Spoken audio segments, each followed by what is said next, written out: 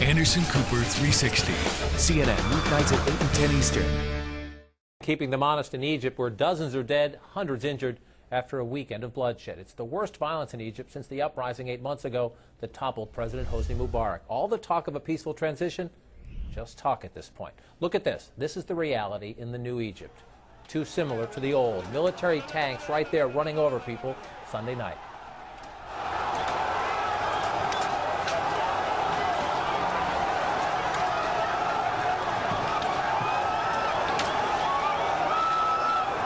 Clashes between the army and pro-Coptic Christian protesters turned deadly. At least 25 people killed, nearly 300 others wounded. Coptic Christians are an ancient sect that make up about 9% of Egypt's population. They have faced a lot of violence in recent months, but it's unclear just how the violence started Sunday night or who is to blame. But here's what we do know. The violence erupted when a group of Coptic Christians and supporters of their cause were marching toward the Egyptian state-run television building. Military trucks were set on fire. Some of the protesters could be seen throwing rocks. The army says some in the crowd had guns and fired on them. Yet witnesses say it was the army who fired on the protesters. The stories may be different, but no one can deny this. Look right there, dead bodies in the morgue, the victims of this weekend's clashes. Too many victims to refrigerate, so they are kept on ice. This is the reality in the new Egypt. Again, too similar to the old.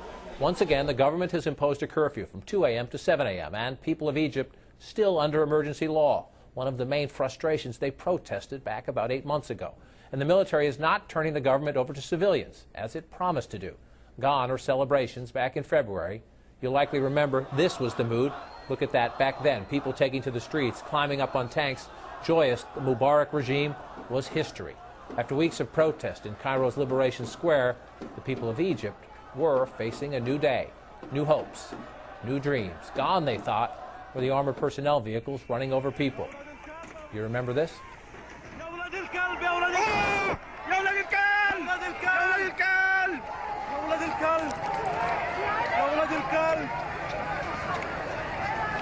Egyptians hoped they'd never see anything like that again, but this past weekend, they did.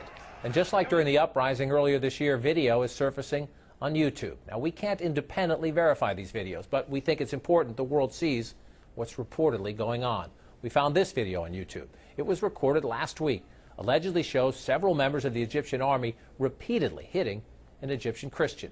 The man tries to protect his face from the clubbing. We found another shocking video on YouTube. We must warn you, though, it's not easy to watch. We've blurred the worst of it. This is Egyptian singer Rami Assam. He says he was beaten by the army in March. He says the scars on his back prove it. He claims they hit him and others with wooden sticks, metal pipes, hoses, leather batons, and belts. Also on YouTube from October 2nd, video purported to show Egyptian police and military forces torturing detainees, using tasers on them.